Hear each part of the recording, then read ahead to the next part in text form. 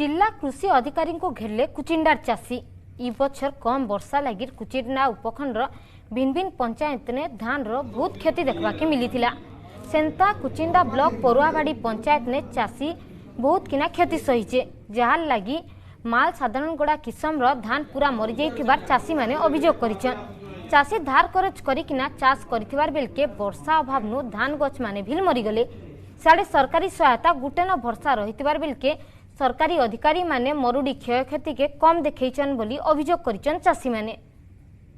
जिला कृषि अधिकारी के अनुरोध करूँ वास्तव फसल क्षयक्षति के आकलन करी से माने फसल क्षयक्षति सरकार के रिपोर्ट दूँ जेनता कि सबू चाषी क्षयक्षति पाई पारमु, आम इनपुट सहायता पाई पारमु एवं सबू चाषी जेनता मध्यवर्तीकालीन आमर प्रधानमंत्री फसल बीमा योजना रे जेन सामिल होछु मध्यवर्तीकालीन सहायता आम पाई पारमु। से आम आज दाबी करछुं आमर 85% जमी रू माने पूरा 75% एबव धान नष्ट हो जाए।